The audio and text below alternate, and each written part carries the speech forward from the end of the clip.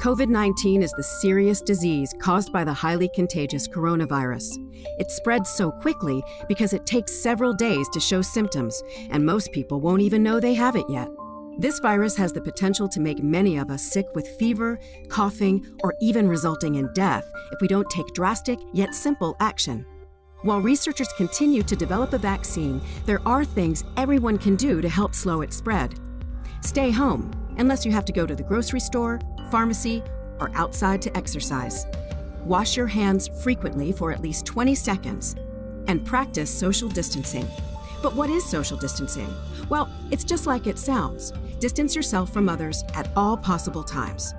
A virus only spreads if it has someone new to infect. So if we all put at least 6 feet of distance between each other, the virus will have nowhere new to go and will eventually run out of steam.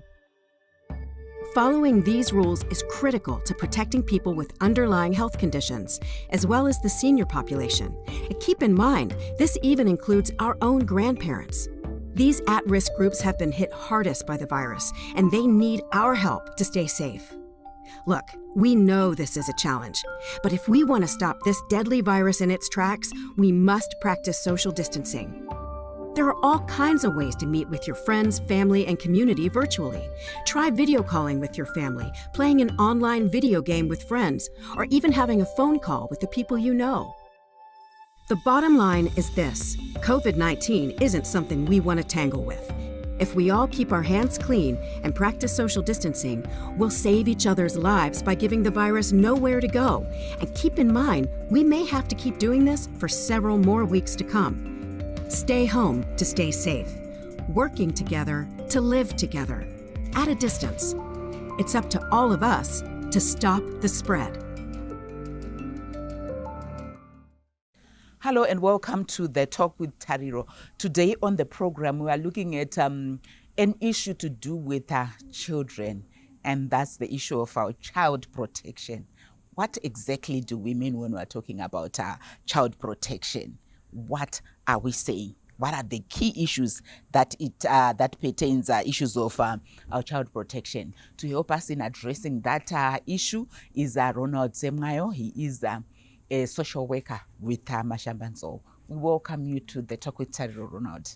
Thank you, Tari. Could you unpack for us when we are talking about child protection? What exactly are we saying?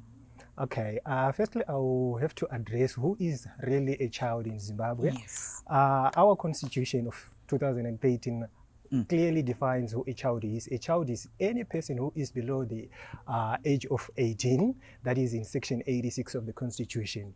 So coming back to the question of child protection, clearly defining what is child protection. Child protection is the protection of children from exploitation, abuse, neglect, from all the vices that falls within the categories of exploitation, neglect, and abuse. In short, that is what we can call child protection.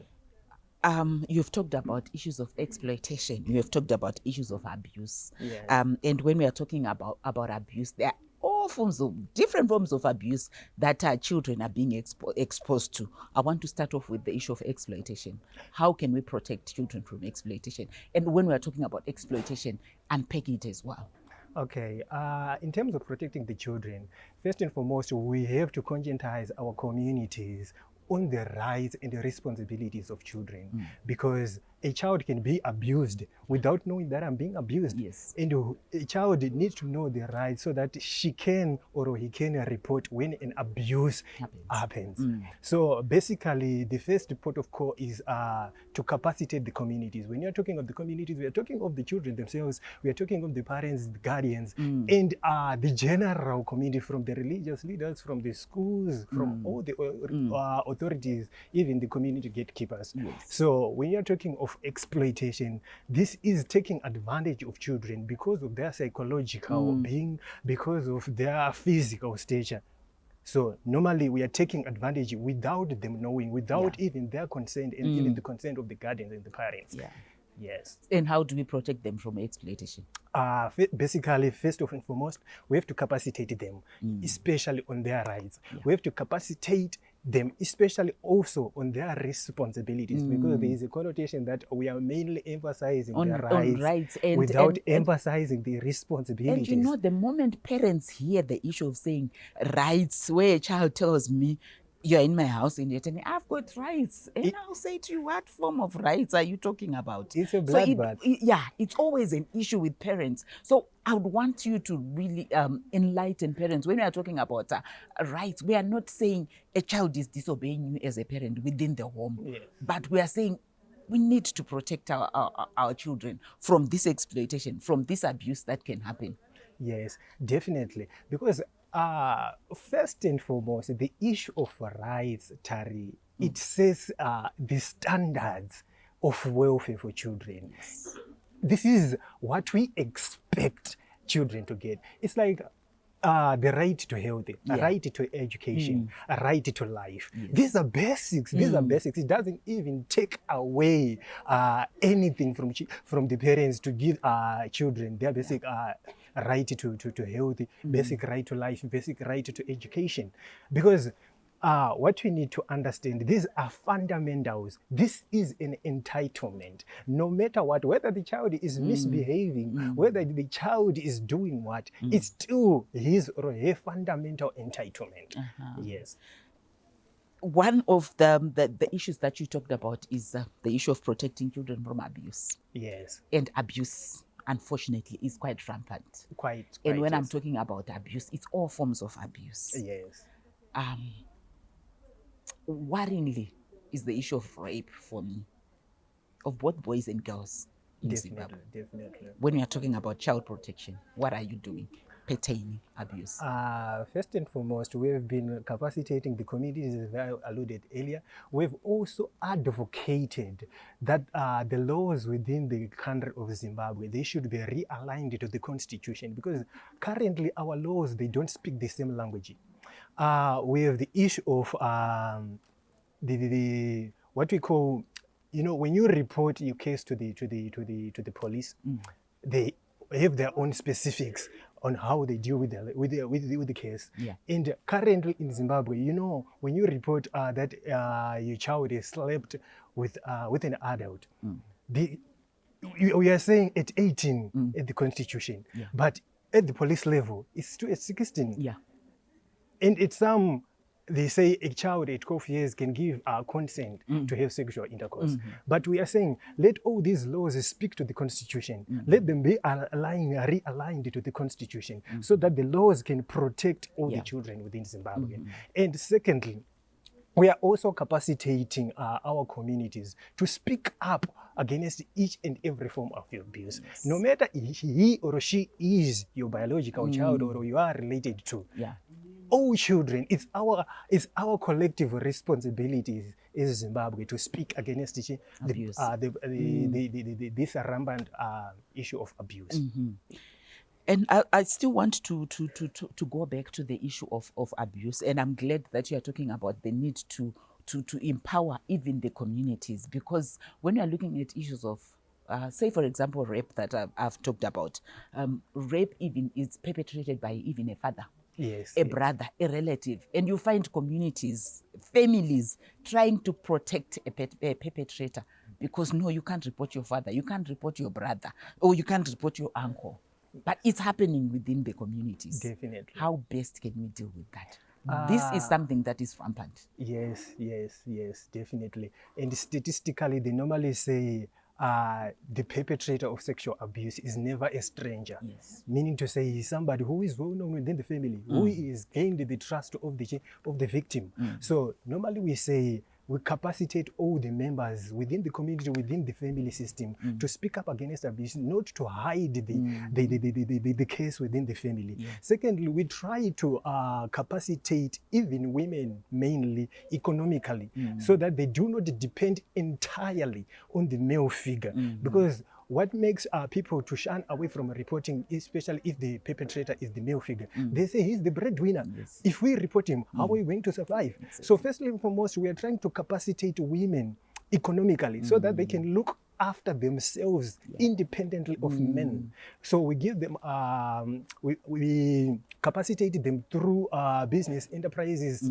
trainings, and we give them startup packs to start their own initiatives. And we also capacitate them on leadership roles so that they can gain confidence even to report on cases, to take up family roles on their own. Well, we will continue with our discussion after the break, where we are unpacking what needs to be done when we are talking about child protection and what exactly are we protecting our children from.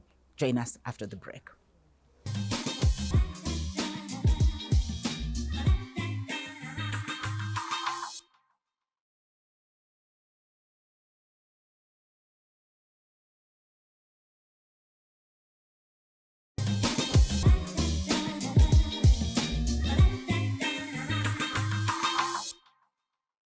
Our discussion on child protection continues.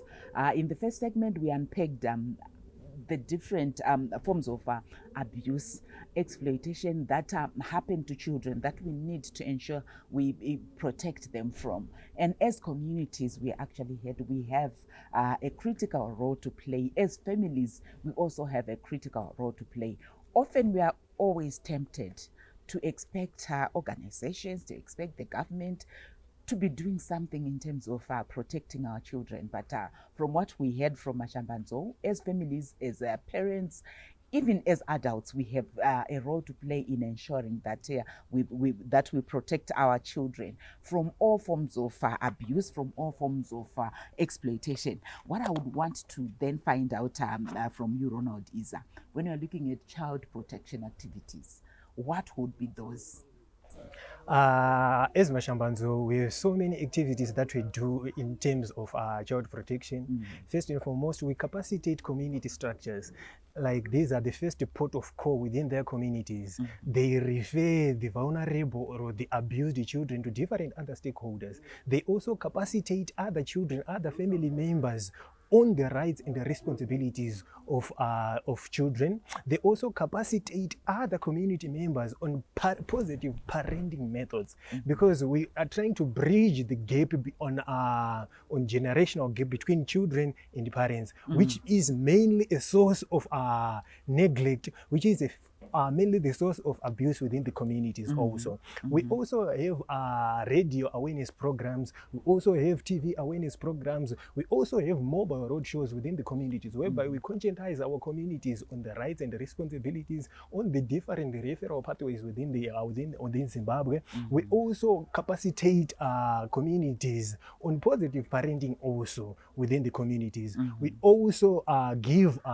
different income generating projects to the different vulnerable communities, vulnerable individuals within the communities, so that they can be able to provide for their children. They can also be able to allow their children to access basic child protection services, education, health, and justice. These are mainly what we do as Mashambanzo. And when you're talking about positive parenting methods, what are those? As you know, Tari, in Zimbabwe, it's now a bill which is awaiting to be enacted, that we no longer need corporal punishment. Then our parents, they are used to that if a child misbehaves, it was always corporal punishment. So we are trying to capacitate our parents on other issues of the other methods of disciplining children, like positive reinforcement. Suppose But a they child don't listen. That is what we are trying to do. You know, through emphasis, you hear it now, you hear it tomorrow, you hear it now, you hear it tomorrow. The more you tell them, the more they are disobeying. You know, sometimes you just feel like 1 or 2 or 3 whips. And for me, really, that's why you find partners like you are often up in arms with parents. Because I think when we're growing up, the moment you know that my mother will bring a belt or kashamu, and then I'm whipped, next time, whenever I see a belt, I'm trying to do something, I will stop. But now we are talking about rights. This is not supposed to happen. You know, talk to the children. And we talk and talk and talk and nothing happens. I like the issue that you brought up about about corporal punishment, that we are shown the belt. Yeah. But unfortunately, there have been a rampant case of abuses through corporal punishment because there is a minimum standard of corporal punishment. We have seen children that are being injured, that are being maimed until death through corporal punishment. So we are trying to protect the children from that. We can use other forms of disciplining these children, like what we've been talking about, like positive reinforcement. Suppose a child does something that you really appreciate, reinforce that. That is also a measure of disciplining children. Yes. So on positive parenting, we also have cases whereby we have teen mothers. These children, they are still children who are having also children. Yes. So we have to strike a balance between rehabilitating that child, that she can still live as a child, but she also have parental responsibilities. We have to capacitate them so that there is a balance and equilibrium in terms of positive parenting. And what happens when the protection fails? You know, like where you're talking about a child having a child, what it means is there was some form of child abuse that happened. Yes, yes. Or maybe there was a forced marriage that happened there. And a child now is having a child, which means child protection has failed. What happens there? First and foremost, then there is need for rehabilitation, because that child strongly need a rehabilitation. There is also justice to take place. The perpetrator has to be sued. The perpetrator has to go to court. Then the court is going to determine whether he's innocent or whether he's guilty. If he's guilty, then the law has to take its course. But what we need to emphasize is rights of children have to be protected, because any other means, these are now remedial. These are now remedial when the protection is failed, because it's not only the issue of pregnancy. There is also death. There is also injury that result from the failure to protect our children. Yes. And for me, the major question that then comes in is, a perpetrator is protected by the community, usually. A perpetrator is protected by the family, which is supposed to protect the child. Yes. But they are protecting the perpetrator. Yes. Yes. So this is whereby we as organization, we as Mashambanzo, we are trying to conscientize the community that the children are the future. So the more you do not protect these children, you are destroying the future.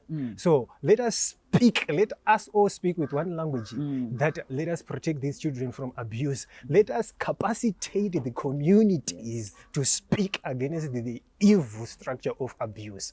And this is whereby also advocate for laws that speak the same language to the Constitution for the protection of children.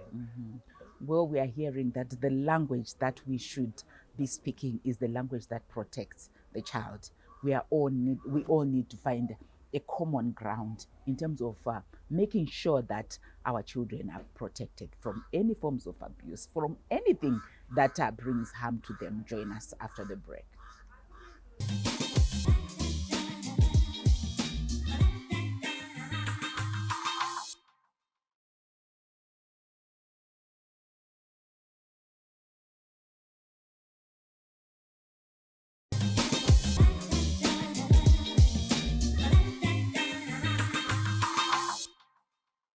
Our focus this week is the issue of child protection, and we continue with our discussion. In the first two segments, we had the different forms of abuse that occur to children that we need to make sure we protect them from, and we heard how an institution like Mashambanzo is working to ensure that children are actually protected. Using also the Constitution, we had the need to have laws being aligned to the Constitution to make sure that they speak to each other. Now I'm joined by Tinashe Zimondi. Tinashe is a social worker with Mashambanzo, and I want to find out from you, Tinashe. Yes, we know the work that you are doing in making sure that children are protected from all forms of abuse, all forms of exploitation. But when I'm looking at it, you cannot do it alone. Yes. Who then do you make sure you work with? Here I'm already assuming maybe you could need to work with law enforcement agents, you need to work with the police, unpack for us how you then work with different organizations, different partners to make sure that protecting children from any form of abuse becomes a reality. Right. Yeah, you're definitely right there, Tari. We can't do everything alone as Mashamanzo. And we leverage on the capacity that our partners have in terms of child protection. So I think the most important stakeholder is the government of Zimbabwe, because the government, by law, they are the ones who have the custody of all the children. You know, they're the major parents, or the major shareholder in the lives of children in Zimbabwe. And that is through the Ministry of Public Service, Labor and Social Welfare, particularly the Department of Social Welfare. So that is the one of the most important partners that we work with, because in each of the child protection cases that we deal with, we definitely have to involve them, because by law, they're the custodians of children in Zimbabwe. Then we also work with the Zimbabwe Republic Police. You know, when it comes to responding to issues of child abuse, we have the victim-friendly unit, which is a department of the ZRP. So these really help us in terms of the way that we respond to issues that have to do with child protection and safeguarding. Then I think importantly as well are schools. This is where, you know, if it's not like during this lockdown time, this is where children spend most of their time. And schools are very important. So we really need to work with the school administration, the school development committees, and the students themselves. They are a very important stakeholder in terms of child protection activities. So, for example, Mashamanzo Care Trust is building, or is helping build infrastructure in school that is ECD friendly, early child development classes friendly, girl child friendly, as well as disability friendly. So we are making sure that the classrooms are accessible to everyone. The toilets are friendly, especially to the girl child, you know, and the young ones, the ones in ECD A and B, grade 1 and 2. So these are some of the ways that we are partnering with schools in terms of making sure that the children get the quality service that the show deserve. Yes. You spoke about how you partner with the Ministry of Public Service and Social Welfare. What role do they play here?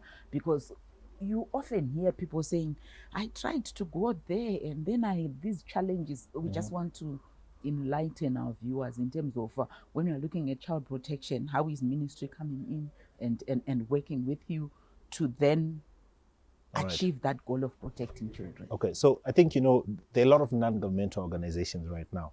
And for anything to be very protective of the children, you know, we need someone who is regulating those non-governmental organizations. And I think that's one thing that the ministry does. You know, they make sure that the organizations that are dealing with children are registered, that the activities, you know, they're following the different constitutions that they have. So that's one thing, to make sure that there's no one who's trying to take advantage of the situation that the children are for their own benefit. So that's one thing that the government does. The second thing is that they really exist to create policies and programs that favor the protection of children.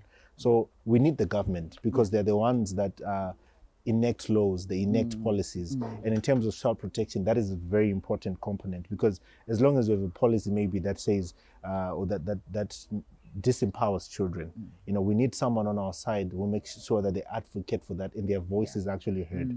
So the government, through the Department of Social Welfare, also has the policy component where they make sure that we have policies, we have programs designed to favor children. And they also exist to license or to make sure that whatever is happening to protect children is in their best interest. So you find out that every organization that deals with children has to do it with the department, because the department has trained social workers who have been given the power by the law to protect them. So it's very important for these social workers to then assist the children, to protect them and to safeguard them from whatever issues they may be facing within their different communities. Ronald raised one issue where there is a misalignment between the laws, the constitution, and sometimes you find that the efforts that you then try to make in terms of protecting children will not be achieved. Say, for example, the age of consent. How are you then making sure that you continue engaging, especially government policymakers, to ensure that that happens? All right. So as Mashamanzo, as part of our activities, what we do is we hold what we call dialogue sessions with gatekeepers. And gatekeepers are people that we believe are in positions of power and positions of influence, from the community grassroots levels to the parliament, to the administration of the nation levels. So what we do is we hold these dialogue sessions where we go to the grassroots, we ask the, people the issues that are affecting them. They're people that did not actually have justice for maybe the children who are abused, and we take those issues up to these people in higher offices or wherever high influence and discuss them and just say, this is what is on the ground, and you have to help us to address these issues. So what we're doing as Mashambas is we are advocating for the children, for the parents of these children, for the communities that they come from, and we are not advocating to just anyone, but advocating to people that we believe have positions of power and positions of influence that they can actually cause change to happen, so that it can benefit children within the communities. What is your parting shot to Zimbabweans on the issue of child protection? All right, I think we've always believed in the spirit of Ubuntu, as Zimbabweans. I am because you are. And I would like to say that in terms of protecting children, it's not just the role of the parent or the guardian, but it is all our job for as Zimbabweans to really make sure that children in Zimbabwe are protected and safeguarded. Yeah. Children need protection. They do need safeguarding. And we heard from Tinashe, you and I, we need to play our role. Until we meet again next week, it's goodbye.